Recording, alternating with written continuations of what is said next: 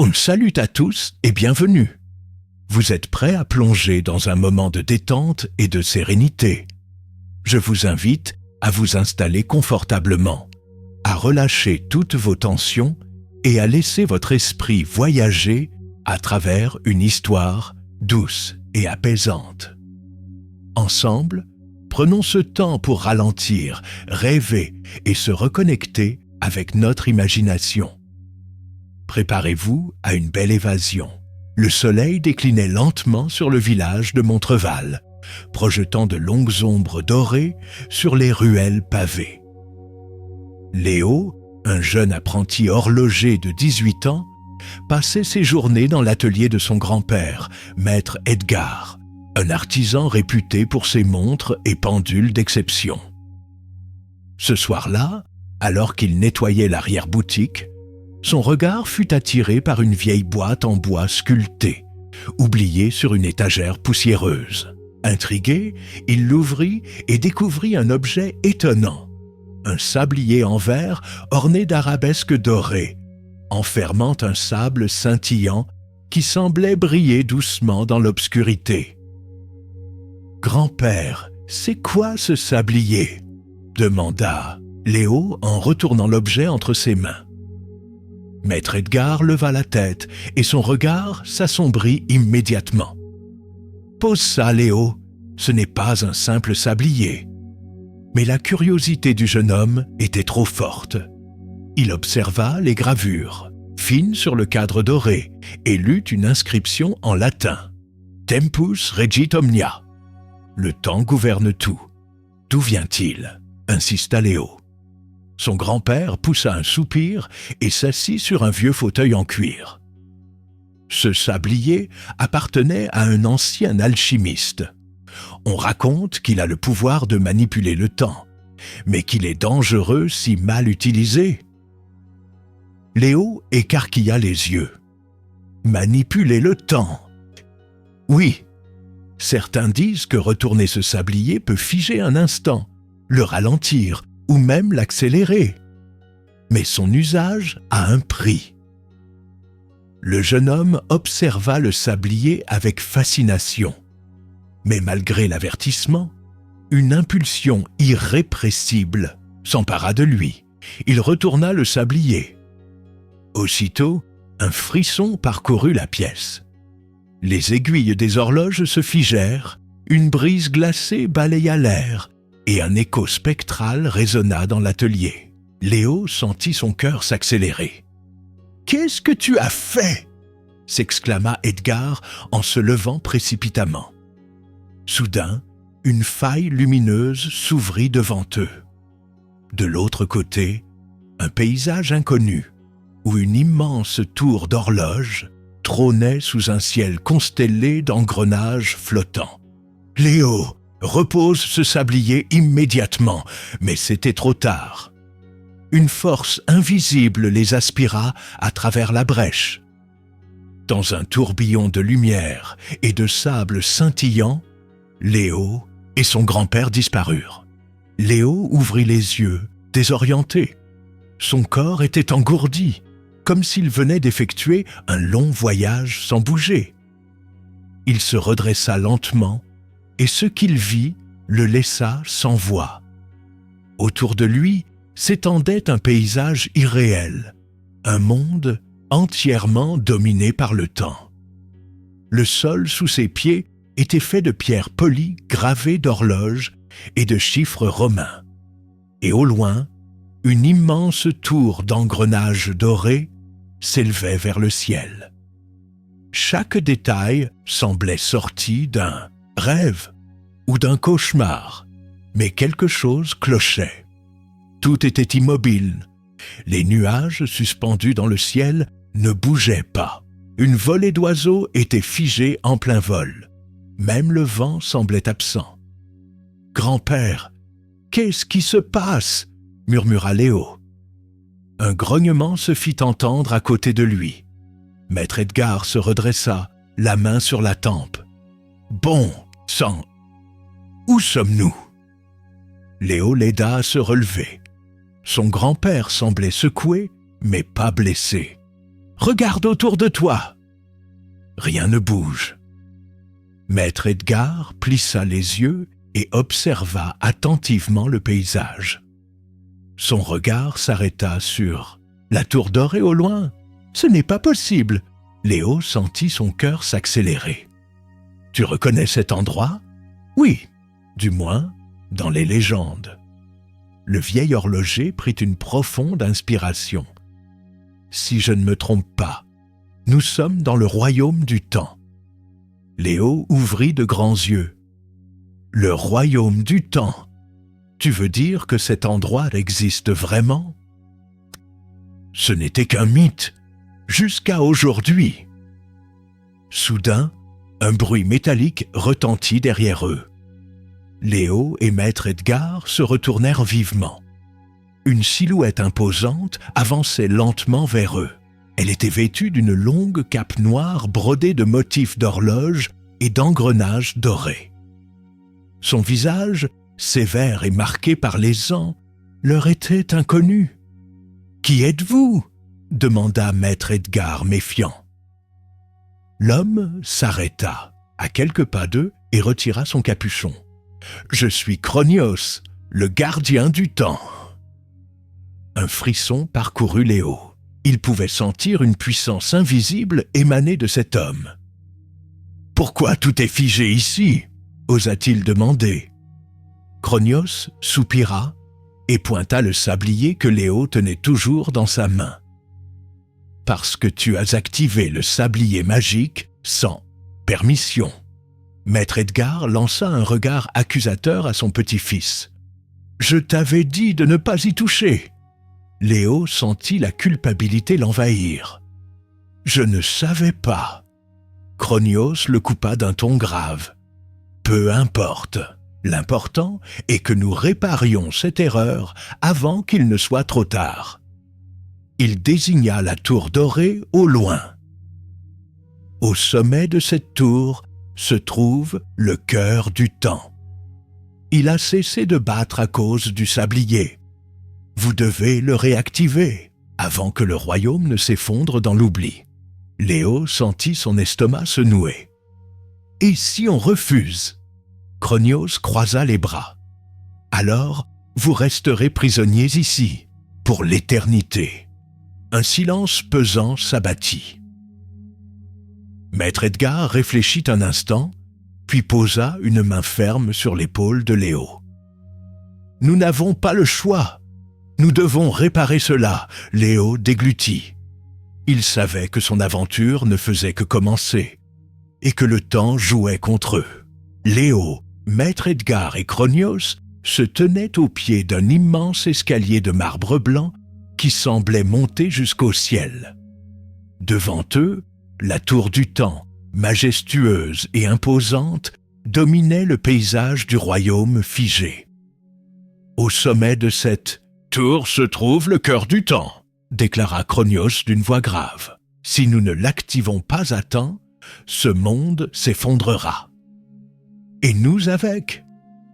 Léo sentit un frisson lui parcourir l'échine. Combien de marches y a-t-il ? demanda-t-il en regardant l'immensité des escaliers. Chronios esquissa un sourire amer. Assez pour tester ta détermination. Maître Edgar soupira et serra son bâton de marche. Alors, ne perdons pas de temps. Ils commencèrent à grimper les marches. Chaque pas résonnait dans l'air figé du royaume du temps. Léo observa les murs de la tour qui s'élevaient à perte de vue, décorés de rouages géants, de cadrans d'horloges suspendus et de sabliers lumineux enfermés dans des niches dorées. Mais au bout de quelques minutes, un détail étrange frappa Léo. « Pourquoi avons-nous l'impression de ne pas avancer ?» demanda-t-il, haletant légèrement. Chronios s'arrêta et posa une main sur une inscription gravée sur la rambarde en marbre. « Celui qui avance sans comprendre le temps marche éternellement sans jamais atteindre son but. » Maître Edgar fronça les sourcils. « Un piège temporel ?» Chronios hocha la tête. « Nous sommes bloqués dans une boucle temporelle. » Léo regarda autour de lui. Les marches, bien qu'innombrables, semblaient se répéter à l'infini. « Alors, comment sortons-nous de là ?» Chronios posa les yeux sur le sablier magique toujours accroché à la ceinture de Léo. « Nous devons inverser le cours du temps dans cette illusion. Retourne le sablier. » Léo hésita. Il se souvenait encore du chaos qu'il avait déclenché en l'activant la première fois. « Es-tu sûr? Et si nous restons ici, nous n'arriverons jamais au sommet. » Léo prit une grande inspiration et retourna le sablier. Aussitôt, une onde dorée balaya l'espace autour d'eux. Les marches se déformèrent, les murs se tordirent, et l'air lui-même sembla se replier sur lui-même. Puis, tout redevint calme. Léo, Edgar et Chronios se retrouvèrent devant une immense porte de bronze, gravée de symboles anciens. « Nous avons réussi !» souffla maître Edgar. Mais alors qu'il s'apprêtait à franchir la porte, un grondement sourd retentit. Les murs de la tour tremblèrent, et des ombres mouvantes émergèrent du sol. Chronios serra les poings. « Les gardiens du temps ! Ils protègent le cœur du temps contre ceux qui ne sont pas dignes de l'atteindre. » Léo avala difficilement sa salive. « On va devoir se battre, c'est ça !» Les ombres prirent forme humaine. Leurs visages masqués par des capuchons noirs, leurs yeux brillaient comme des cadrans d'horloge. L'un d'eux leva une main vers Léo. « Seuls ceux qui maîtrisent le temps peuvent avancer. » Un cadran géant apparut derrière eux, et des aiguilles commencèrent à tourner rapidement. Chronios dégaina un sceptre lumineux. « Préparez-vous, ils vont nous tester !» Léo serra les poings. Il savait que ce ne serait pas une simple ascension. Le vrai défi commençait maintenant. Le grondement sourd résonnait encore dans les airs figés du royaume du temps.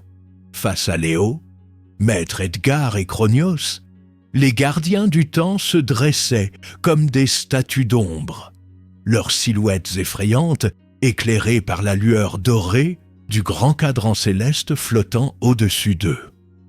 Leur chef, vêtu d'une longue cape noire brodée d'engrenages scintillants, s'avança d'un pas fluide. Ses yeux, lumineux comme des cadrans d'horloge, fixèrent Léo avec intensité. Seuls ceux qui comprennent le véritable sens du temps peuvent franchir cette porte, déclara-t-il d'une voix grave et résonnante. Léo sentit son cœur s'accélérer. « Et qu'est-ce que cela signifie ?» demanda-t-il avec hésitation. Le gardien tendit la main. « L'épreuve est simple, mais décisive. Vous allez affronter le passé, le présent et le futur. Si vous échouez, vous resterez enfermé ici pour l'éternité. » Un frisson parcourut Léo. Il échangea un regard inquiet avec maître Edgar, qui hocha lentement la tête. « Nous n'avons pas le choix, Léo. Nous devons réussir cette épreuve. » Chronios serra son sceptre, prêt à intervenir si nécessaire. « Très bien, nous acceptons l'épreuve. » Le gardien du temps esquissa un sourire énigmatique et frappa le sol de son bâton.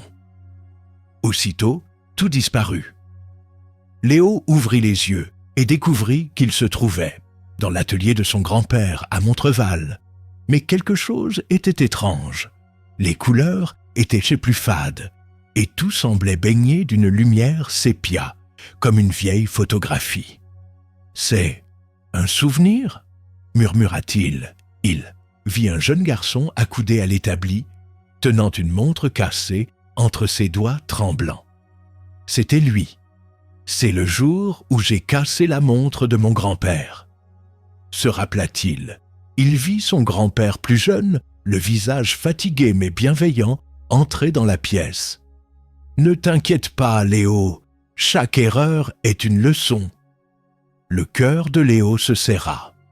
Il se souvint que ce jour-là, il s'était senti honteux et coupable, mais que son grand-père lui avait appris que le temps n'efface pas les erreurs, il enseigne. La scène s'effaça lentement, et Léo sentit une voix résonner dans son esprit. Le temps ne peut être contrôlé, mais il peut être compris. Léo ouvrit les yeux à nouveau. Il se trouvait dans la tour du temps, mais cette fois, il était seul. « Grand-père, Chronios » appela-t-il. Un bruissement lui fit tourner la tête. Une version de lui-même, identique en tout point, se tenait devant lui. « Qui es-tu » demanda Léo, méfiant. Son double sourit. « Je suis toi, mais débarrassé de tes doutes. Tu crois que tu es prêt à affronter le destin? Alors prouve-le » Sans prévenir, son double chargea, un sablier scintillant à la main. Léo esquiva de justesse. Il allait devoir se battre contre lui-même. Le combat fut intense. Son double connaissait ses faiblesses, ses peurs, ses doutes. Chaque coup semblait refléter une pensée enfouie en lui. Finalement, alors qu'il se faisait face, essoufflé, Léo comprit la clé de l'épreuve. « Je ne dois pas te combattre, mais t'accepter. » Il baissa sa garde et tendit la main. Chanchon ou Géochem, double souris, et disparut en une poussière dorée. Un murmure résonna à nouveau. Le présent est un choix. Chaque instant compte. Léo ouvrit les yeux et se retrouva, seul, dans un monde brisé. La tour du temps était en ruine, le ciel était fendu de fissures lumineuses, et le temps lui-même semblait se disloquer en morceaux suspendus dans les airs. Que s'est-il passé? Il vit une silhouette familière assise au sommet d'un tas de débris. C'était lui-même, plus vieux. Ses cheveux étaient gris, son regard fatigué. « Tu es arrivé trop tard », murmura son futur lui. « Non, il doit y avoir un moyen », s'écria Léo, mais son futur lui sourit tristement. « Le futur est une conséquence de tes choix présents. Si tu ne fais rien maintenant, voici ce qu'il adviendra. » Léo sentit son cœur battre à tout rompre. Il regarda autour de lui, cherchant une solution. Puis il comprit. Il ferma les yeux, inspira profondément et se concentra sur le sablier magique qu'il avait toujours sur lui. « Je refuse ce futur !» Il retourna le sablier une dernière fois. Une explosion de lumière dorée envahit l'espace. Léo ouvrit les yeux et réalisa qu'il était de retour devant les gardiens du temps. Tout n'avait duré qu'un instant.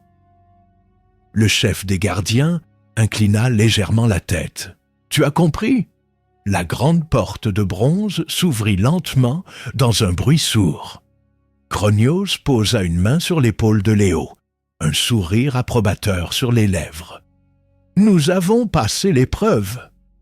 Léo serra les poings, déterminé. « Allons réparer le cœur du temps. » Le dernier obstacle se dressait devant eux. La salle du cœur du temps.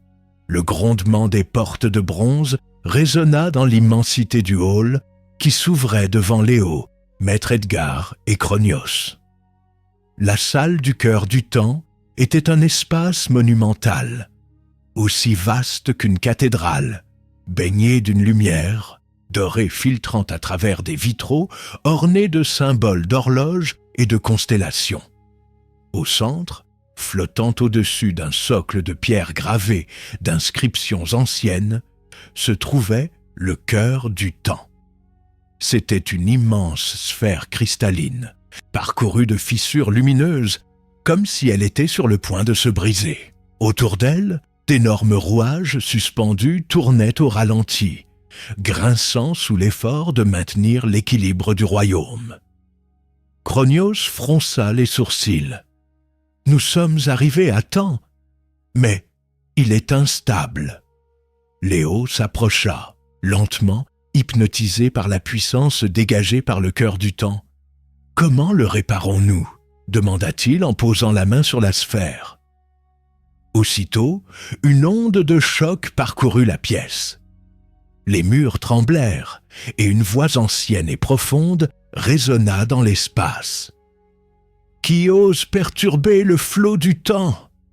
Une silhouette spectrale apparut devant eux. C'était une entité éthérée, vêtue d'une cape brodée d'étoiles et de rouages scintillants. Son visage semblait composé de sable doré en perpétuel mouvement, et ses yeux brillaient comme deux soleils miniatures. Cronios s'inclina légèrement. « Seigneur du temps, nous sommes venus réparer le cœur. » L'entité observa Léo et Edgar avec intensité. « L'un de vous a brisé l'équilibre, et pour le restaurer, un sacrifice doit être fait. » Un frisson parcourut Léo. Quel genre de sacrifice? Le Seigneur du temps étendit la main. L'énergie du sablier magique est instable. Pour restaurer le cœur du temps, il faut lui offrir soit un fragment du passé, soit un fragment du futur. Léo échangea un regard inquiet avec son grand-père. Qu'est-ce que cela signifie? Cronios ferma les yeux, réfléchissant un instant.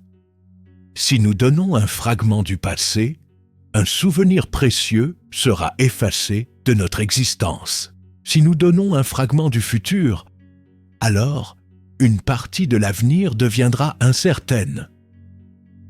Léo sentit son souffle se couper. Donc, soit j'oublie quelque chose d'important, soit je risque de perdre une opportunité à venir. Le Seigneur du temps hocha lentement la tête. Le choix t'appartient, jeune voyageur. Un silence pesant s'abattit sur la salle. Léo devait décider. Léo ferma les yeux et prit une profonde inspiration. Je choisis. Son regard se posa sur son grand-père. Mais un fragment du passé. Maître Edgar tressaillit.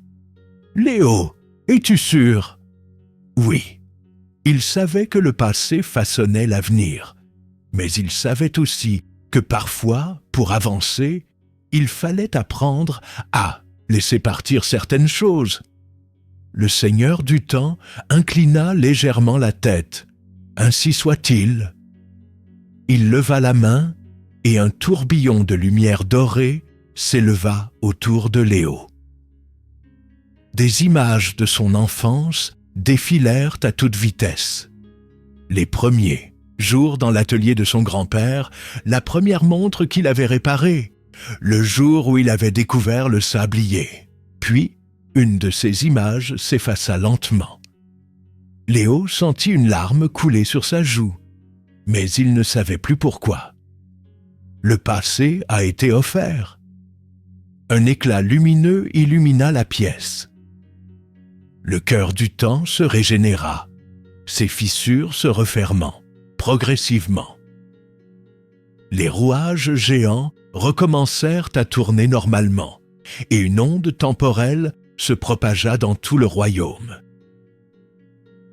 Le Seigneur du temps observa le sablier encore dans la main de Léo. « Tu as fait un choix noble. Désormais, le temps suivra son cours, mais ton destin est marqué à jamais. » Une lumière aveuglante engloutit Léo et Edgar. Lorsqu'ils rouvrirent les yeux, ils étaient de retour dans l'atelier de Montreval, le sablier toujours entre leurs mains. Maître Edgar regarda autour de lui, comme pour s'assurer qu'ils étaient bien revenus. Tout était normal, mais Léo sentait qu'il lui manquait quelque chose, comme une pièce de puzzle oubliée. Son grand-père lui posa une main sur l'épaule. « Tu as grandi, Léo. Tu as fait un sacrifice, mais tu as sauvé le temps. » Léo observa le sablier et le rangea délicatement dans sa boîte en bois sculpté. Cette fois, je le laisserai là. Une page s'était tournée et l'aventure du sablier magique venait de s'achever. Mais dans les profondeurs du royaume du temps, une nouvelle histoire attendait d'être écrite. Les rayons du soleil couchant traversaient les fenêtres de l'atelier, projetant une lumière dorée sur les horloges et les montres alignées sur les étagères. Léo tenait toujours le sablier magique entre ses mains, le regard perdu dans et le vide. Son cœur battait encore sous l'effet du choix qu'il venait de faire. Maître Edgar, assis sur un tabouret près de son établi, l'observait avec bienveillance. « Comment te sens-tu » demanda-t-il doucement. Léo hésita un instant, comme si j'avais perdu quelque chose. Mais je ne sais pas quoi. Il avait fait le choix de sacrifier un fragment du passé pour restaurer le cœur du temps. Et pourtant, son esprit semblait ne refuser de lui dire ce qu'il avait oublié. Edgar soupira et croisa les bras. « Le temps est étrange, Léo. Il ne nous enlève jamais quelque chose sans nous donner autre chose en retour. » Léo serra le sablier contre lui. « Je veux comprendre ce qui a changé. » Soudain, un tic-tac irrégulier brisa le silence de l'atelier. Léo et son grand-père échangèrent un regard inquiet. Une des grandes horloges accrochées au mur s'emballait. Ses aiguilles tournaient à une vitesse fulgurante, puis s'arrêtaient net avant de repartir à l'envers. « Ce n'est pas normal », murmura Edgar en se levant pour examiner le mécanisme. Léo fronça les sourcils et jeta un regard aux autres horloges de la boutique. Elles étaient toutes déréglées. Quelque chose ne tourne pas rond. Il posa son regard sur le sablier. Même s'il était refermé et inactif, il dégageait une légère lueur dorée, comme s'il réagissait encore aux événements passés. « Le temps n'est pas totalement rétabli », comprit-il à voix haute. Edgar tapota son menton, soucieux. « Nous avons réparé le cœur du temps, mais peut-être qu'en modifiant ton passé, tu as créé des anomalies ailleurs. » Une frisson d'inquiétude parcourut Léo. « Je dois en avoir le cœur net. » Sans perdre une seconde, Léo sortit de l'atelier, courant dans les ruelles pavées du village. Il voulait voir s'il y avait d'autres changements. Mais alors qu'il traversait la place centrale, quelque chose d'étrange se produisit. Personne ne le saluait. Les habitants de Montreval, qu'il connaissait depuis son enfance, lui lançaient des regards curieux, comme s'il était un étranger. Il s'arrêta net devant la boulangerie où il avait l'habitude d'acheter ses petits pains. « Bonjour, monsieur Duval », lança-t-il à l'homme derrière le comptoir. Le boulanger, un homme robuste au tablier blanc, haussa un sourcil. « Bonjour, jeune homme. Vous êtes nouveau ici ?» Léo sentit un vide s'ouvrir dans sa poitrine. « Vous ne me reconnaissez pas ? C'est moi, Léo !»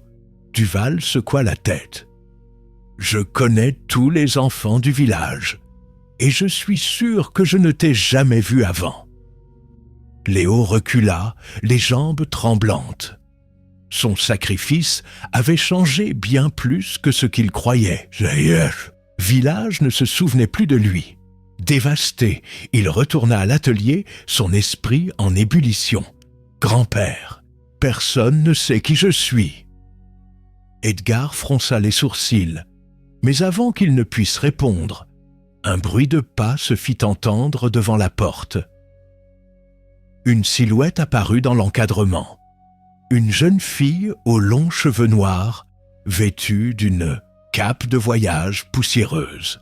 Ses yeux verts pétillaient d'intelligence. Mais ce qui frappa Léo, c'était l'expression sur son visage. Elle le connaissait. « Enfin, je t'ai retrouvé !» dit-elle d'une voix assurée. Léo cligna des yeux. « Qui es-tu » Elle sourit mystérieusement. « Je suis Aélis, et je pense que nous avons un problème avec le temps. » Léo fixait Aélis, cette jeune fille mystérieuse qui semblait être la seule personne dans tout Montreval à se souvenir de lui. Son cœur battait à toute vitesse. « Tu me connais ?» balbutia-t-il. Aélis esquissa un sourire en s'installant sur un tabouret près de l'établi de Maître Edgar. « Bien sûr, j'ai toujours su que tu existais, même si ce n'était pas censé être le cas. » Maître Edgar, jusqu'ici silencieux, s'approcha en fronçant les sourcils. « Que veux-tu » Dire « jeune fille » Elle croisa les bras et observa le sablier posé sur la table. « Quelque chose a mal tourné lorsque vous avez rétabli le cœur du temps. Une partie de l'histoire a été réécrite. Et toi, Léo, tu as été effacé des souvenirs de ce village. » Léo serra les poings. « Mais comment ça se fait que tu te souviennes de moi ?» Aélis haussa les épaules. « Parce que moi aussi, je suis lié au temps. » Elle tendit la main, et sous leurs yeux ébahis, une montre ancienne, suspendue à une chaîne dorée, apparut dans sa paume. « Je suis une voyageuse temporelle !» Un silence stupéfait tomba sur l'atelier. Edgar secoua la tête. « C'est impossible! Les voyageurs temporels ne sont qu'une légende. » Aélis lui adressa un sourire complice. « C'est ce que tout le monde pense, mais moi, je suis bien réel. » Léo, toujours sous le choc, prit une profonde inspiration. « D'accord, admettons que ce soit vrai. Pourquoi es-tu venu ici ?» Aélis pencha légèrement la tête. « Parce que ton histoire n'est pas terminée. » Aélis tendit la main vers le sablier magique posé sur la table. Dès qu'elle le toucha, une vague d'énergie dorée parcourut la pièce, faisant frémir toutes les horloges de l'atelier. Edgar sursauta. « Ce n'est pas normal !» Aélis plissa les yeux en observant le sablier. « Il est instable. Ce n'est pas seulement toi qui as été effacé, Léo. D'autres morceaux du passé sont en train de disparaître. » Léo sentit une sueur froide couler le long de son dos. « Qu'est-ce que ça veut dire ?» Aélis le fixa avec sérieux. « Ça veut dire que si nous ne réparons pas cette anomalie, le monde entier pourrait être réécrit. » Un frisson parcourut Edgar. « Comment pouvons-nous empêcher ça ?» Aélis sourit et fit tourner sa montre dans sa main. « Nous devons voyager une dernière fois dans le royaume du temps et trouver la source de cette faille. » Léo, malgré ses craintes, savait qu'il ne pouvait pas abandonner maintenant. « Très bien. Comment y retournons-nous » Aélis lui lança un regard amusé. « Tu tiens déjà la réponse entre tes mains. » Léo baissa les yeux vers le sablier. « Encore une fois, » murmura-t-il.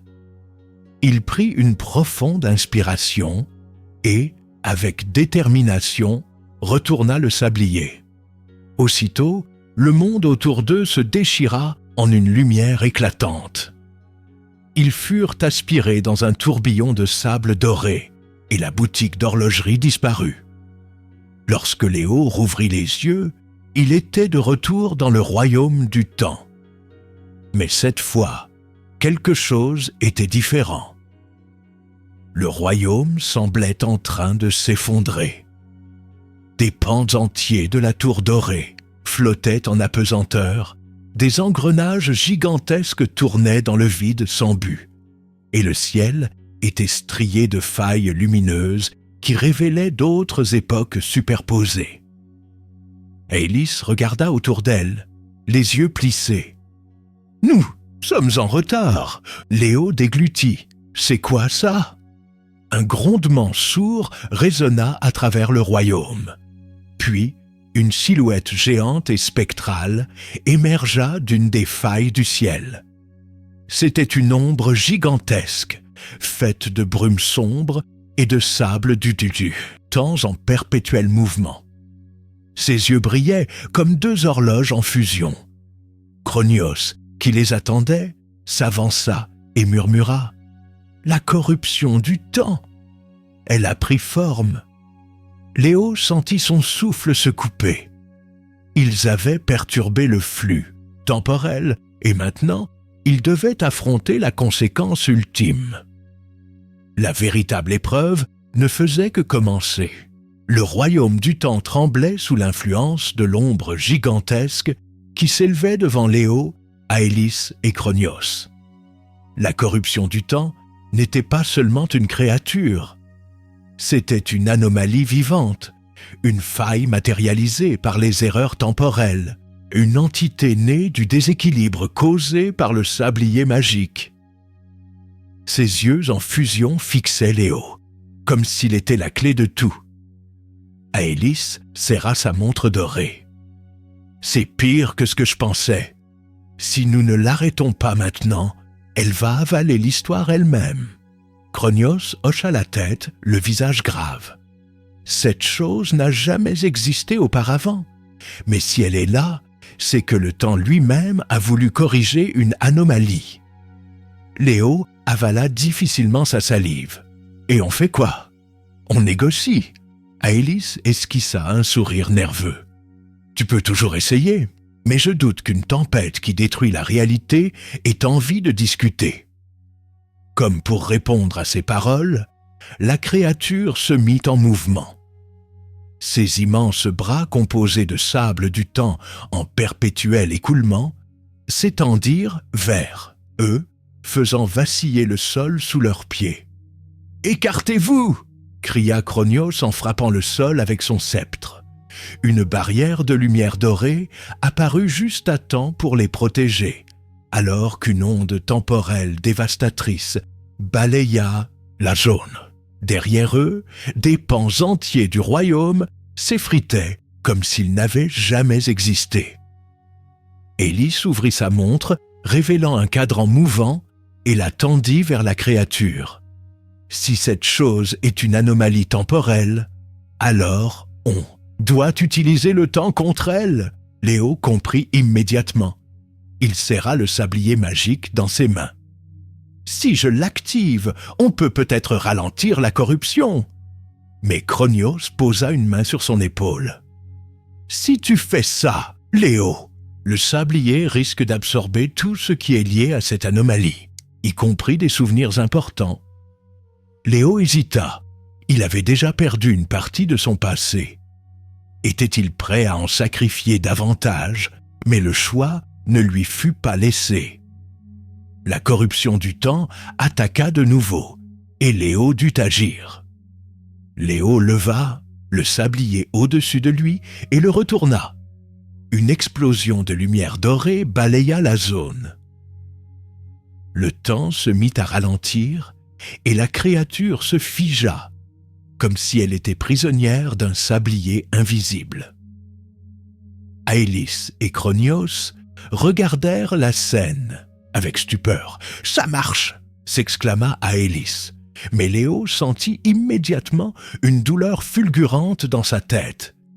Des fragments de souvenirs commençaient à disparaître. Des images floues de son enfance, la voix de son grand-père, les rires des villageois. Sa propre existence se déchirait à mesure que l'anomalie était effacée. « Non, pas encore », murmura-t-il en serrant les dents. Chronios, comprenant le danger, brandit son sceptre. « Léo, lâche le sablier !» Mais c'était trop tard. La créature poussa un hurlement déchirant. Son corps spectral aspirait dans le vortex du sablier, et avec elle, une partie de la mémoire du monde. Puis, tout devint silence. Lorsque Léo rouvrit les yeux, il se trouvait, seuls Aélis et Chronios avaient disparu. La tour du temps était en ruine, et autour de lui, il ne restait que le néant. Le sablier était brisé à ses pieds, sa magie épuisée. « Où suis-je » murmura-t-il. Il tenta de se rappeler pourquoi il était là, mais il ne savait plus. Tout ce dont il se souvenait, c'était un nom, Léo, rien d'autre. Et alors que l'univers autour de lui sombrait peu à peu dans l'oubli, une voix lointaine murmura « Ce n'est pas la fin ». Une lumière douce l'enveloppa. Puis tout disparut. Léo ouvrit lentement les yeux, le cœur battant à tout rompre. Il se trouvait allongé sur une plaine dorée, baigné d'une lumière douce et irréelle. Autour de lui, l'air vibrait de murmures indistincts, comme si des milliers de voix tentaient de lui parler à travers le vent. Mais quelque chose n'allait pas. Il ne se souvenait plus de rien. Son nom, il savait qu'il s'appelait Léo, mais où était-il? Qui était-il réellement? Il se redressa péniblement, scrutant l'horizon. La plaine semblait infinie, et dans le ciel, au lieu d'un soleil, un immense cadran d'horloge tournait, lentement, projetant des ombres mouvantes sur le sol. Léo porta la main à sa poche. Ses doigts effleurèrent un objet familier, un sablier brisé. Il le sortit avec précaution et observa les grains de sable doré qui flottaient dans son verre fissuré. « Pourquoi ? Est-ce que je ressens une telle tristesse en le regardant ?» murmura-t-il. Soudain, une brise chaude souleva quelques grains de sable autour de lui. Devant ses yeux ébahis, les grains se rassemblèrent et formèrent des silhouettes floues, des fragments de mémoire qui prenaient vie. Il vit une vieille boutique d'horlogerie, remplie de tic-tac incessants. Une silhouette familière, un vieil homme à la barbe grisonnante, lui souriait chaleureusement. Grand-père. Mais la scène s'effaça avant qu'il ne puisse en voir plus. D'autres images surgirent. Une jeune fille aux yeux verts malicieux, une tour dorée en ruine, une ombre gigantesque faite de sable mouvant, et puis une dernière vision, lui-même retournant le sablier une dernière fois, provoquant un éclat de lumière dorée. Le souvenir s'évanouit et Léo tomba à genoux, haletant. « J'ai fait quelque chose d'important. Mais quoi ? » Un écho de pas léger attira son attention. Il releva lentement la tête et vit une femme vêtue d'une longue robe violette ornée d'étoiles filantes s'approcher de lui. Son regard était empli de sagesse et de tristesse, comme si elle connaissait déjà son histoire. « Qui êtes-vous » demanda Léo, encore tremblant. Elle inclina doucement la tête.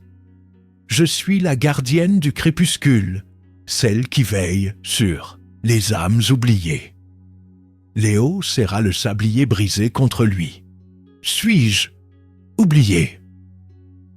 La gardienne le regarda avec douceur. « Tu as fait un choix qui a sauvé l'équilibre du temps, mais qui a un prix. » Léo ferma les yeux un instant, puis murmura « J'ai tout perdu, n'est-ce pas ?» La gardienne s'accroupit à ses côtés et posa une main légère sur son épaule. « Tout n'est pas perdu. Tant qu'une seule personne se souvient de toi, ton existence n'a pas disparu. » Léo ouvrit les yeux. « Il y a encore quelqu'un. » La gardienne hocha la tête. « Tu dois retrouver cette personne, car c'est elle qui détient la clé de ta mémoire. » Léo sentit une chaleur étrange se diffuser dans son corps. La gardienne se redressa et tendit la main vers le ciel. Un portail lumineux s'ouvrit dans les airs, pulsant doucement comme un cœur battant. « Traverse cette porte et tu trouveras la réponse. » Léo jeta un dernier regard à son sablier brisé. Il ne savait pas ce qui l'attendait de l'autre côté, Mais au fond de lui, une lueur d'espoir renaissait. Prenant une grande inspiration, il avança et pénétra dans la lumière. Léo franchit le portail lumineux et immédiatement, une sensation de vertige l'envahit. Il se sentit tomber à travers une infinité d'étoiles, glissant entre des fragments de temps brisés, des souvenirs en suspension, des horloges tournant à l'envers. Puis, soudain, il toucha le sol. Lorsqu'il ouvrit les yeux, il se trouvait dans un endroit familier. Montreval. Le village baignait dans la douce lumière du crépuscule. Les rues pavées, les maisons de pierre, l'odeur du pain chaud. Tout était là, mais il y avait un problème. Les gens marchaient autour de lui sans le voir. Il croisa un groupe d'enfants qui jouaient près de la fontaine, une vieille femme qui discutait avec le boulanger, un homme qui transportait des sacs de farine, mais personne ne réagissait à sa présence. « Je suis toujours un fantôme », murmura-t-il. Son cœur se serra. Il était là, dans son propre village, et pourtant, c'était comme s'il n'avait jamais existé. Léo se dirigea machinalement vers l'atelier de son grand-père, l'endroit où tout avait commencé. Mais lorsqu'il arriva devant la porte, il s'arrêta net. L'atelier était fermé. La vitrine, d'ordinaire illuminée par la douce lueur des lampes à huile, était plongée dans l'obscurité. Une fine couche de poussière recouvrait l'enseigne. Qu'est-ce qui s'est passé ici? Il appuya sur la poignée. À sa grande surprise, la porte s'ouvrit sans résistance. L'intérieur était froid et silencieux. Les horloges suspendues au mur étaient toutes arrêtées, comme si le temps lui-même s'était figé en cet endroit. Son regard parcourut la pièce, et son cœur manqua un battement. Près de l'établi, assis dans un vieux fauteuil, Maître Edgar dormait profondément. Léo s'approcha lentement. « Grand-père !» Mais alors qu'il s'attendait à ne voir qu'un homme âgé endormi, quelque chose d'incroyable se produisit. Edgar ouvrit les yeux et le fixa. « Léo !» murmura-t-il. Léo sentit une vague d'émotion l'envahir. « Tu te souviens de moi ?» Edgar cligna plusieurs fois des yeux, comme s'il luttait contre un rêve étrange. « Bien sûr que je me souviens de toi, mais tout le monde me dit que tu n'as jamais existé. » Léo sentit un frisson lui parcourir l'échine. « Alors pourquoi toi, tu te souviens ?» Edgar le regarda avec gravité. « Parce que j'ai toujours cru en toi. Parce que tu fais partie de mon temps et de mon histoire. » Léo sentit une larme couler sur sa joue. « Je veux retrouver ma place, mais je ne sais pas comment. » Edgar sourit faiblement et lui montra un objet posé sur la table. C'était le sablier brisé. Léo le prit dans ses mains et sentit immédiatement une chaleur familière l'envahir. Le sablier est détruit. Il ne fonctionne plus. Edgar posa une main sur son épaule. Le temps n'est jamais complètement brisé, Léo. Il peut toujours être réparé. Léo observa le sablier fissuré. Et alors, il comprit. Ce n'était pas l'objet qui importait, c'était la volonté d'y croire. Prenant une grande inspiration, il ferma les yeux et se concentra de toutes ses forces. Une lumière dorée émana du sablier. Les fissures se refermèrent lentement. Les grains de sable recommencèrent à couler. Et, tout à coup, il sentit une force invisible le tirer en arrière. Léo rouvrit les yeux en sursaut. Il était toujours dans l'atelier. Mais cette fois, quelque chose avait changé. Les horloges tournaient normalement. À travers la fenêtre, il pouvait voir des passants marcher dans la rue, et certains le saluaient. Le boulanger Duval passa devant la boutique et lui fit un signe de tête. « Léo, toujours en train de bricoler tes horloges, hein ?» Léo sentit son cœur bondir. Le monde se souvenait de lui. Il se tourna vers Edgar, qui lui adressa un sourire complice. « Bienvenue chez toi, mon garçon. » Léo passa la main sur le sablier, désormais entièrement réparé, et le rangea dans un tiroir. Il savait qu'il ne le toucherait plus jamais, parce que désormais, il comprenait. Les temps ne devaient pas être contrôlés, mais respectés. Et alors qu'il levait les yeux vers l'horloge centrale de l'atelier, il entendit son grand-père murmurer « Chaque instant compte ». Léo sourit. Oui, et cette fois, il vivrait pleinement le présent. Merci d'avoir pris le temps de regarder cette vidéo. Si vous avez aimé ce moment de détente, n'oubliez pas de laisser un petit like, de vous abonner à la chaîne pour ne rien manquer. Votre soutien fait toute la différence et m'aide à continuer à partager ces instants avec vous. À très bientôt pour une nouvelle aventure.